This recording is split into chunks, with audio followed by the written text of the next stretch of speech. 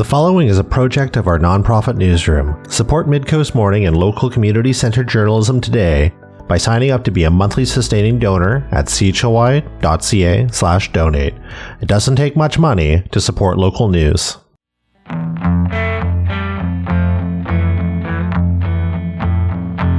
Hello and welcome to Midcoast Morning. I'm Joe Pugh. Where do boats go when they die? There are more than 1,000 tugs, ships, and other seafaring craft in British Columbia listed on the Canadian Coast Guard's inventory of wrecked, abandoned, or hazardous vessels. The provincial government recently announced grants totaling $10.5 million for coastal cleanup initiatives.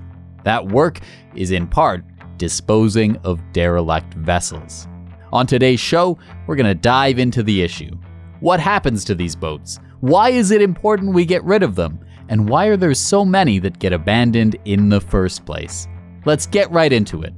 One of the groups that received funding to remove derelict vessels is Coastal Restoration Society. They do industrial-scale environmental restoration and stewardship projects. I got in touch with their relationship director, Joshua Charlson. Klaus Hasi Quiet, King Kwasha Comfat Heshquiet. My name is Joshua Charlson, and I work as the relationships director for Coastal Restoration Society. And can you tell me, you're going to be doing some work. Part of that work is removing derelict vessels along the coastal waters of BC. What's going to happen to those boats? All of the boats that we encounter end up being sent to landfills and recycling centers. There are parts of the vessels that can be recycled, and we do our best to get as much recyclable material off of these boats. So all of the metals, the wiring, hard plastics, glass, and styrofoam are able to be recycled. But unfortunately, with a lot of the vessels that we do encounter are very broken down already. They're very old, so that the things like the fiberglass itself, the old wood, concrete is not recyclable. So this year, we were able to remove 42 derelict vessels from the coast, which it totaled 52,000 kilograms of material was actually removed. Of that material, 14,000 was able to be recycled, and that was all like the metals and the hard plastics, glass, styrofoam, those kind of things. And then the other 38,000 kilograms went straight to the landfill. And what are some of the challenges we run into trying to dispose of derelict vessels? I mean, why is this like an issue that it takes a government grant to make happen in the first place? So the biggest thing is cost. It costs so much money to dispose of a vessel. And it's very challenging because there's not the capacity at the landfills as well. Like you can't just trailer up a boat to the landfill. They won't take care of it.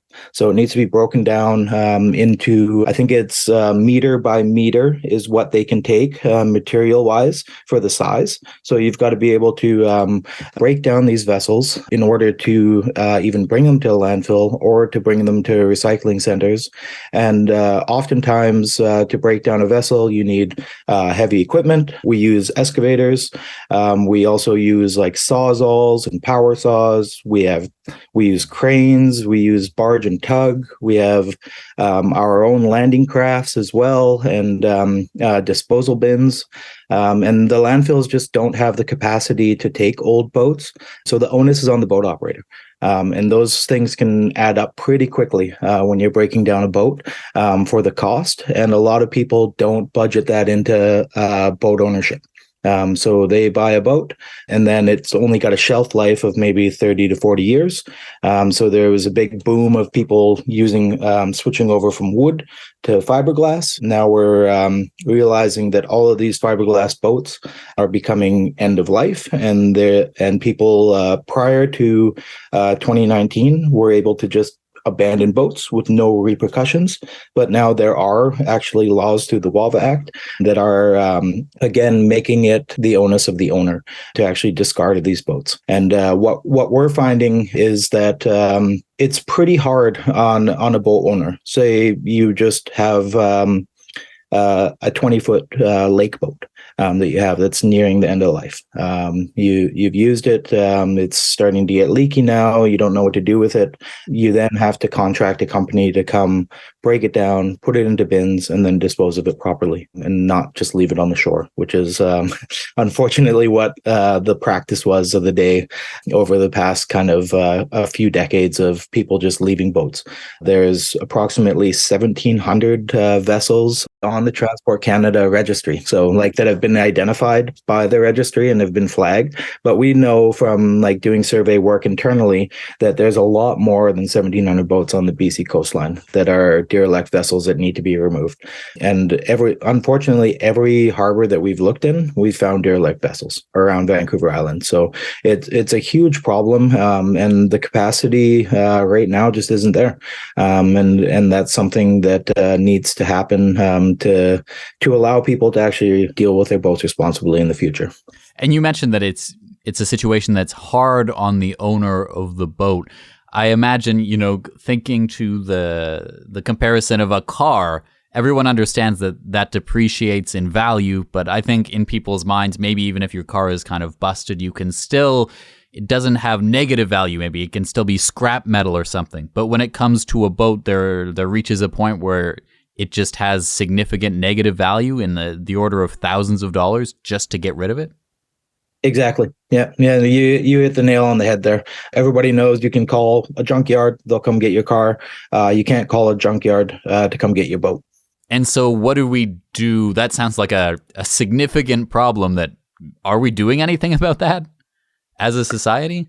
So I don't know of any concrete steps being taken forward by the province or the government in actually building up that capacity. But there are certainly a lot of people lobbying for it because they see the risk and have felt the risk. Like I was reading about a study that was conducted in the UK.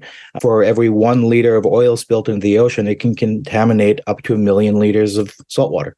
So you think about the impacts that could potentially happen from these old boats just being run down and sinking at the dock. The potential impact is way worse than building up the capacity that's going to need to actually deal with everything appropriately. Yeah, so you mentioned that they're obviously the alternative to breaking down these boats, salvaging the metal that can be salvaged and putting the other parts in a landfill. The alternative is just leaving them there until they sink. And what would the consequences of that be? Yeah, exactly. So it's really kind of the onus is on the owner, but the onus is also on the society. The governments need to come together and figure out a better way for the disposal of boats, because the potential impacts that can occur are just enormous. You think about how many tens of thousands of boats are on the coast, and without the infrastructure to take care of the ones that need to be dealt with is just immeasurable. Like it's going to be a problem going forward. If we don't act now, then it's just going to be an environmental hazard. You're listening to Midcoast Morning. I'm Joe Pugh, and my guest is Joshua Charlson of Coastal Restoration Society. We're talking about disposing of derelict vessels around the coast of British Columbia. How exactly do we know when a boat is abandoned and someone needs to do something with it? It's pretty clear, like out here, especially for like small coastal communities. Small coastal communities can see. They live there. They can see when there's a boat that is constantly needing to be bailed out, or somebody, like a lot of times in these small communities, everybody kind of just pitches in and they see a boat kind of listing. They go there and they bail it out. And then there's the very obvious boats that are just up on a beach that are there. They could be there for 20, 30 years. And then another obvious one is a sunken vessel. So when you're looking over the dock, you see a couple boats that are just sunken underneath. A lot of the boats that we have been dealing with are on First Nations treaty lands or First Nations reserves, because we're able to actually get permission directly from the nations to come in and to remove the vessels off of their land.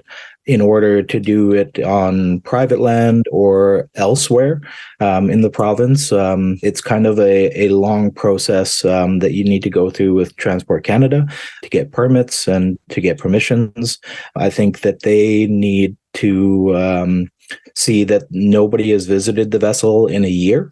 So I think that's what their standard is. In order for a vessel to be declared abandoned, nobody is visited for a year, and then they do a 30-day notice. They put a notice on the vessel. Nobody contacts Transport Canada within 30 days, then it gets put onto their official registry.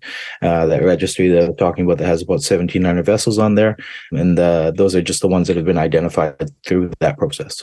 Does it ever happen that the owner of a boat is tracked down and something happens? I'm not sure. We're actually working on a solicitation right now out of Campbell River in the Wee-Wee-Kai traditional territory. We floated the boat, put it on a trailer, and now we'll be holding it for 30 days, waiting for the owner to identify themselves. Or if not, then it'll have to be disposed of. So. And you talked about how the process is different on First Nations land. Is it often the case that the nations will come to a group like yourself and say, hey, we've got this boat and can you help us deal with it? Oh, all the time. Yeah. Because Coastal Restoration Society has been operating since 2017, we've made really great partnerships with a lot of the First Nations on Vancouver Island and abroad as well. We have projects on the BC coast and also on the Atlantic coast as well. So I get calls, I get emails from First Nations all the time talking about the want and the need to get rid of derelict vessels in their territory. And we work very closely with them in building out applications and shelf-ready projects to shop around with both governments to try and get the capacity to actually get crews up there and to deal with all of the derelict vessels in their territories. Is there anything else you think it's important to bring to the conversation today? Yeah, I think the biggest thing is really teaching our youth about the impacts because like growing up, it was normal for me to see. I grew up as a fisherman in Hot Springs Cove in Heshquit traditional territory, and it was very normal for me to see old fishermen just put their boat onto the beach. They empty out the fuel, and then everything else is just put on the beach to rot, and not realizing the kind of environmental impacts that actually has on the surrounding environment. One thing that I was really grateful and that I had the opportunity to do this summer was to do a beach cleanup voluntary day in the Staminas First Nations community by Ladysmith. From their community school, they brought about 12 kids down, and I was trying to figure out a way to get across the importance of keeping our shorelines clean, and it got me thinking about clams. So that was the first question I asked the kids. I was like, "Hey, who all here eats clams?" And of course, like pretty much all of them put their hands up. They're like, "Yeah, we love clams." And then I kind of explained to them that why we need to keep our shorelines clean is because as the waves kind of come in and they crash on the beach, all the debris, all the plastics, all the garbage and heavy metals, they all start breaking down slowly, and they create these microfibers that then in turn get washed into the ocean. And clams are bivalve feeders, so they unintentionally eat these fibers that remain inside of their body. So when we go to dig clams, we end up ingesting all of these microplastics and microfibers that are harmful to our bodies to nourish. And that really resonated with them right away. And they were like, "Oh, okay, all right, that makes sense to me. Like, that's why we got to keep our shorelines clean." And I think that those kind of messages need to continually happen and be taught to our youth because it's more unlikely for them to litter or just throw waste into the ocean, or even abandon their boat on the ocean in the future if they understand what the impacts are as kind of like a whole. So yeah, I think that's one thing that that will really help kind of shape the future is teaching our kids early. I've got 3 kids of my own, and they know the importance of it. I know the importance of it now as well, and it's something that isn't really thought of, but like it needs to be more in the forefront. This information needs to be taught. So. Like everybody's behavior is just taught. Everybody learns from the last generation, and hoping that the next generation coming forward will be even more environmentally conscious and deal with things in a better manner. Joshua Charlson is Relationships Director for Coastal Restoration Society. Midcoast Morning is made possible by the Community Radio Fund of Canada's Radio Meters program and listeners like you. Support Midcoast Morning and CHLY's nonprofit newsroom today by becoming a sustaining donor at chly.ca/donate. Local news can't survive without your support. Another way to help us out is to share this show with your friends and tell them why they should support us. Finally, if you're listening to the podcast edition of Midcoast Morning, go and give us a positive review on Apple Podcasts or whatever podcast feed you use. It helps people find us.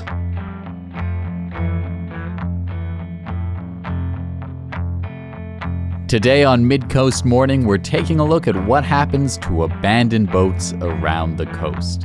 In 2019, the federal government passed the Wrecked, Abandoned, or Hazardous Vessels Act. It prohibited vessel abandonment and was meant to increase owner accountability. As of this summer, 2 fines had been issued under the act. Nanaimo Ladysmith MP Lisa Marie Barron has a private member's bill that seeks to amend that act to develop a national strategy to deal with abandoned vessels. There are more than 1,000 entries in British Columbia listed on the Canadian Coast Guard's inventory of wrecked, abandoned, or hazardous vessels. I also reached John Rowe on Salt Spring Island. He's the operations director and one of the founders of the Dead Boats Disposal Society. It's a nonprofit dedicated to the removal of abandoned and dead vessels. I asked him about the scope of the problem of derelict vessels around BC. It's been ongoing for a number of years. We formed an organization way back in the early 90s for cleanup and restoration of the gorge in Harbor in Victoria. And even back then, we were dealing with boats on a pretty large basis. But that time, we were just a volunteer organization. We kind of brutal when we went out and took them. But since then, it was a big problem then. Since the 90s, it's grown exponentially. It's the cost of disposal of these and the lack of marinas, and and it's a whole bunch of complex. We just haven't planned for the future. We built gazillion amount of these things in the 50s and 60s. Now that they're in their life, how are you going to take care of them? It's like the old cars. Back in the 80s sort of thing. They were on this coast. Every island, and every inlet, and every backyard had old car in it, and they put together a cash for clunkers type of idea. And this is what we need to do here. It's a big problem, and it's growing. What are some of the reasons why we can't just abandon these boats? What are the consequences of just leaving them to sit and rot?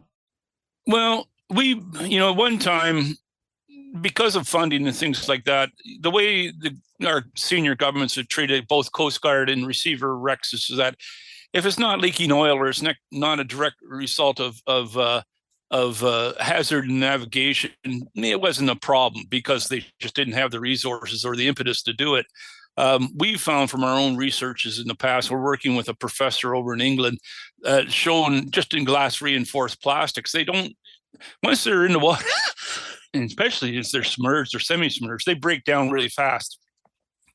What they're finding is the chemicals that make the plastics cause what they call endocrine disruptors. And this affects the whole food chain, including ourselves. It has a real hormonal change on our fisheries, on our shellfish. She found in Brighton, England, that their inlet in Brighton, England has been harvesting shellfish commercially for close to 10,000 years, right? And then about 10 years ago, it just literally collapsed. And so they were trying to figure out what was the relationship between the collapse and things that had changed. Of course, they, like everybody else, have a whole pile of derelict boats abandoned on there. So they did the sciences and they showed the relationship between the plastic breaking down discharging these endocrine disruptors, and in the shellfish now allowing to switch their organs or switch their sexes when it comes to spawning time and things like that. So they all remain males, and the industry died out really quickly. It was less than 4 or 5 years. The industry just collapsed completely. So these things are always full of garbage. They sit for a while. They get everybody that's out there uses them for a garbage bin. It's just on go. They realize, oh, that one's empty. I'm just going to throw my garbage in there, or it comes full of garbage. You just put it into there, and they either scuttle them or they just sink naturally and spread the garbage all over the place.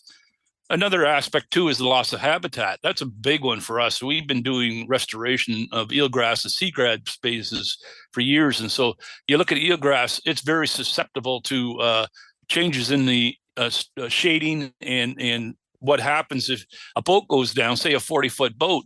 Well, if you look at over time, the way the tidal waters go in and out in these inlets, when the storms come, it removes not only where the 40-foot boat of eelgrass, but it removes about 100 feet around it with the disturbance of the sands and soil. So we lose more habitat there. So, and then of course it breaks down and spreads all over the beach. We found that most of these boats never stay on the bottom. They usually end up on the beach sooner or later. When we're talking about boats, it's a pretty general term. What are some of the vessels? Are we talking about someone's small boat that they use for themselves? Are we talking about larger commercial vessels? What are some of the different considerations? Everything. We deal with, from dinghies all the way to 60 to 80 feet we've dealt with. And, when you get up above the 60-foot mark, it's a whole nother world out there for disposal and stuff like that. They usually are commercial vessels. The old, the fishing fleet got bought out in the 90s, and they got their boats bought out, but they also got their boats back. Well, then everybody says, well, I'm going to convert them. That just didn't happen. So we're dealing with lots of old abandoned boats from the decline. We had a big decline in 98.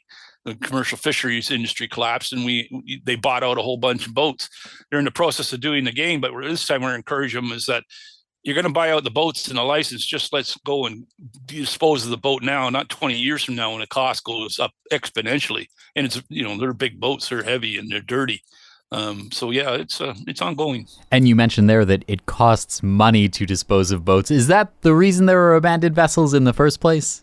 90% of it. Sometimes people are just lazy, sort of thing. But most of the time they know what's going under, and, and a storm takes it down, and hopefully nobody notices, or they don't say nothing. Or we now, because of the changes in legislation in Bill C-64, we're seeing an uptake in abandoned vessels now, because now they're starting to enforce it. So now you're going to have to register your vessel. Now you are you always have been directly responsible, but now there's a fine and a timeline and things like that is directly related to that vessel. So we're seeing more vessels being scuttled or just abandoned. So that, because if they kept them now, they would have to register them, so that if they had tried to abandon them in the future, it could be tied back to them in a way that it couldn't be now? Yeah, that's the problem, is that in the next 4 or 5 years of working on legislation with Lisa, and she's put a private member's bill in, your MP there, and they're now looking at bringing out the body to actually make sure these things are licensed and things like that. It takes time and stuff like that. So we're working on hers on the problems with that legislation that exists right now. Are there any particularly famous or notable boats that people might recognize that are sitting abandoned around Vancouver Island? Vancouver Island, and the thing is, we get it all the time. There's about 6 ferries that have been sold off in the years, and now they were at the end of their lives. They were turned into camps and things like that, but now there's no value to them, but the cost of them to dispose of is exponential. And we have no place to deal with it either on the size of them. That's the biggest part. And some of the old fishing boats that were around in the 80s and 90s sort of thing that were the 100-footers, we're seeing a lot of them turn up, the old tugs and stuff like that. The cost of them, we need to build a proper ISO yard in BC that deals with not only the domestic, but also the international monies. There's money to be made in there, and it'll help bring our costs down and do it right. We can't take a vessel and send it over because of the Hong Kong Act. We can't send it anywhere else now. So it just ends up sitting here, and the costs go up exponentially. The prices since 2017 have just gone crazy because of COVID, because of lack of labor, because of a whole bunch of different reasons. But yeah. Is there anything else you think the person listening in Nanaimo needs to know about what happens to boats when they die or the issue of abandoned vessels around BC?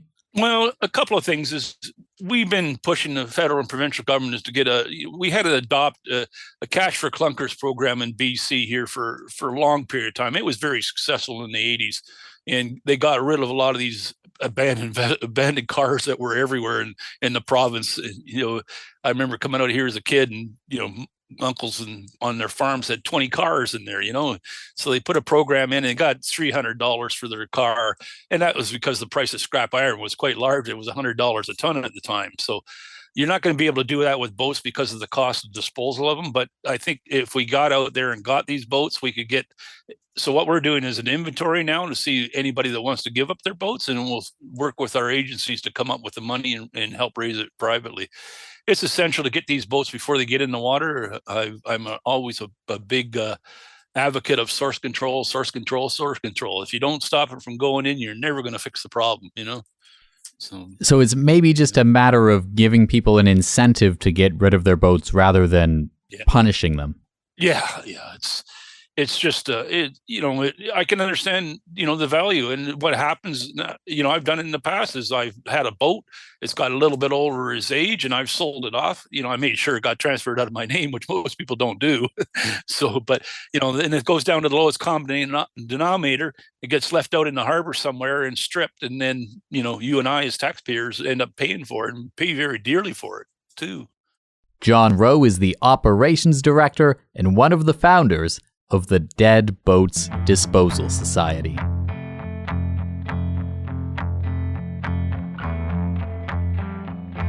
That's our story for the day. Thank you for joining me. I'm Joe Pugh, host and producer of Midcoast Morning. Jesse Woodward is our executive producer, and Arby Frew is our technical advisor. You can sign up for CHLY's newsletter at chly.ca, subscribe for updates from our nonprofit newsroom, and more.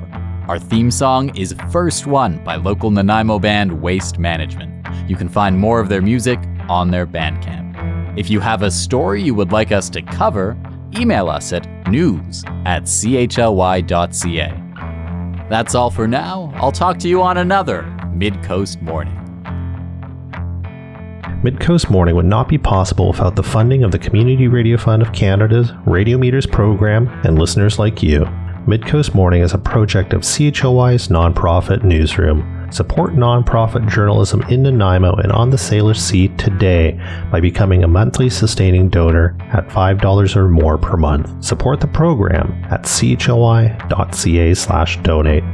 If you're already a supporter, record a voice memo telling others where you're listening from and why they too should support our work. After you're done, you can email it to us. Also, share the podcast with your friends. While Meta is blocking Canadian users from sharing news content on their Facebook feeds, you can still share our podcast directly with your friends via Facebook or Instagram Messenger. Finally, this program acknowledges and gives thanks to the Snuneymuxw First Nation as we broadcast and podcast from their traditional territory. Thanks for listening.